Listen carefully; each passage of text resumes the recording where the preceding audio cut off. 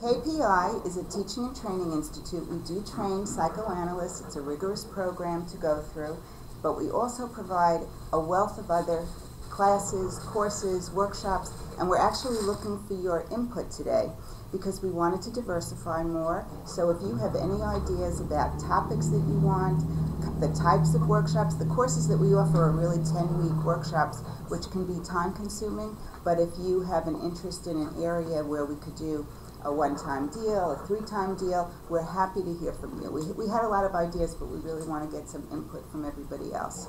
You know, I thought about Cinderella. You know, she meets her prince, and they go off and they live happily ever after, but nobody tells you what happily ever after is.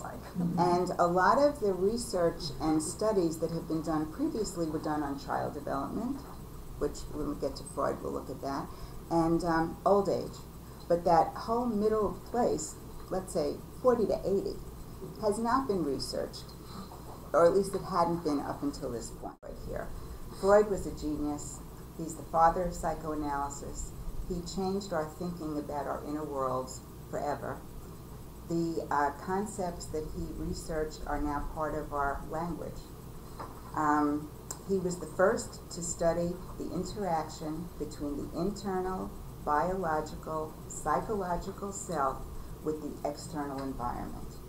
So he gave us the notion of the id, ego, and superego, which everybody has heard about, those id impulses that churn somewhere internally within us, and the ego, which tries to modulate and be a cognitive, rational self, and the superego, which are basically our internalized parental messages, and they can either shame us and punish us and rid us with guilt, or they can give us that sense of a conscience that we're doing good in the world and we're okay. We can be proud of ourselves.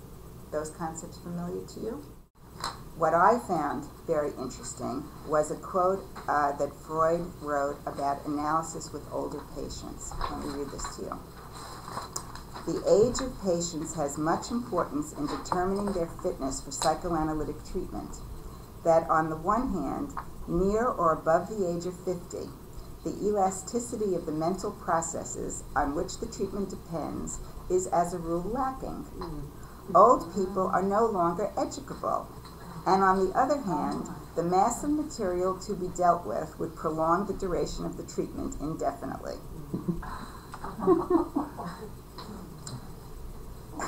I mean, how old was he when he wrote that? Well, that was the irony of this, because he wrote this as he was nearing his own 50th birthday and was entering a particularly creative and productive period in his own life.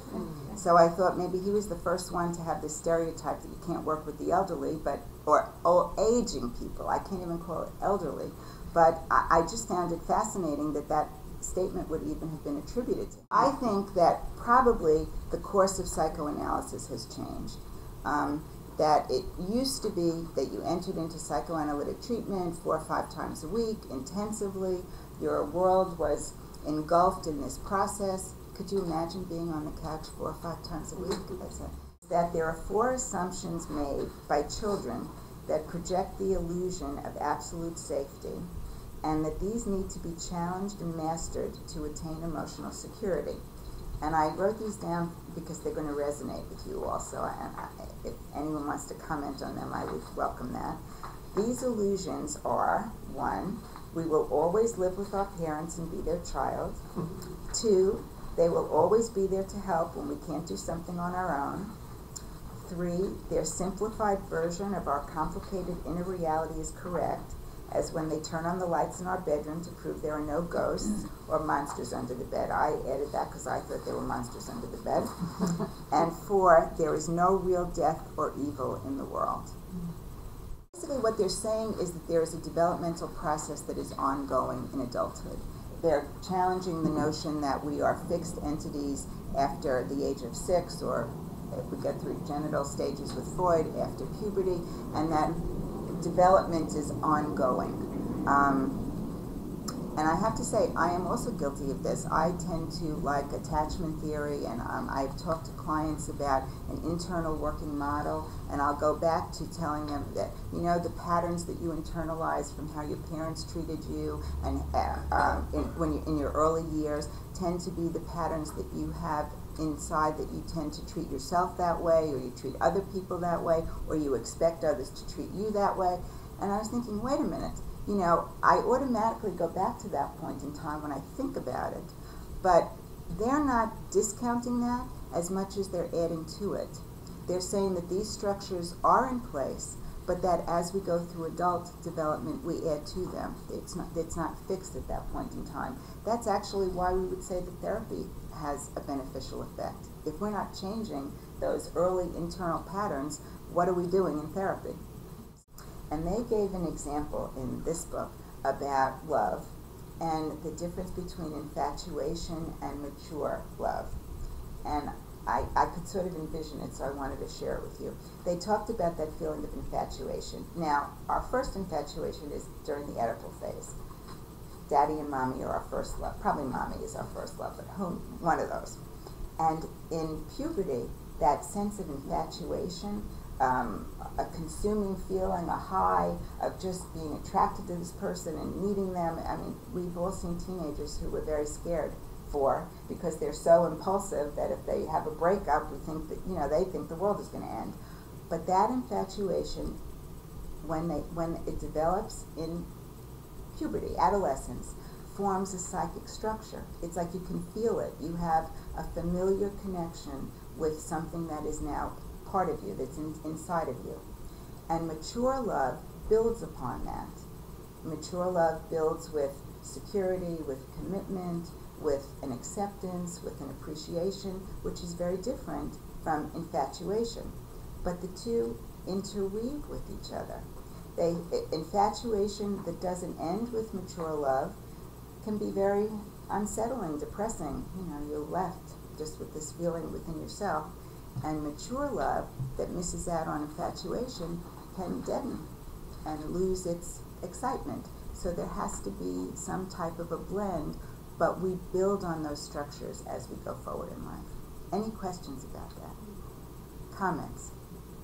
We're good. As we age, we are dealing with narcissistic injury in that the view that we have of ourselves, the energy level that we have, the way our bodies feel, the way our minds feel, our relationships with people in our family who are also aging, all shift as we get older.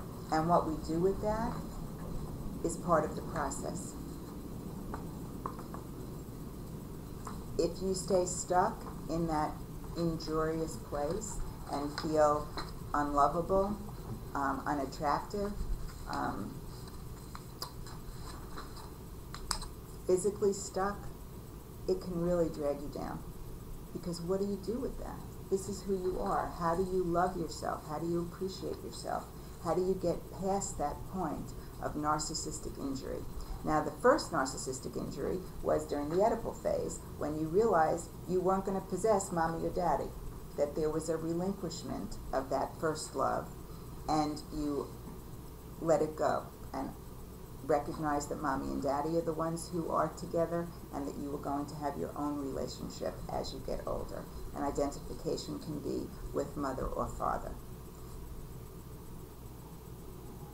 During puberty, there are so many narcissistic injuries, but there is also the hopefulness of the future. The future at that stage of life seems unlimited, and we're going to talk about that feeling from the parent's perspective, or the adult midlife perspective, as opposed to the teenage perspective. The time sense, I'm getting on to the sex and the gender roles. It will come. You hurry up. I said, you know, in Analytic Institute, if you're not dealing with sex and aggression, you're just not getting it. So we are getting there. I'll go over the renewal of interest in psychoanalysis, but I have to read you this one line also from Somerset Maugham in his classic work on later life, summing up. Old age is ready to undertake tasks that youth shirked because they would take too long. the mourning liberation process. It starts with a reality, a change, a death, a move, a divorce, a leaving home. Something changes in your reality. And the psychic investment that you had in that person, event, something is jarred. That's the injury. It's not there anymore. You have an investment in something that no longer exists. This can be very painful. It can be a shock to the system. You can feel it physiologically. There are all different ways that this reality shock hits you. And the work of mourning is to gradually relinquish that psychic investment in the lost object, neutralize those painful memories, and be freed up to attach this psychic energy to something else, to go forward. Okay, so the case that is made within these books is that adult development is an ongoing process. It's not fixed in childhood. We continue to grow and develop as we go forward in life, and this course is going to focus on ways to do that in more depth.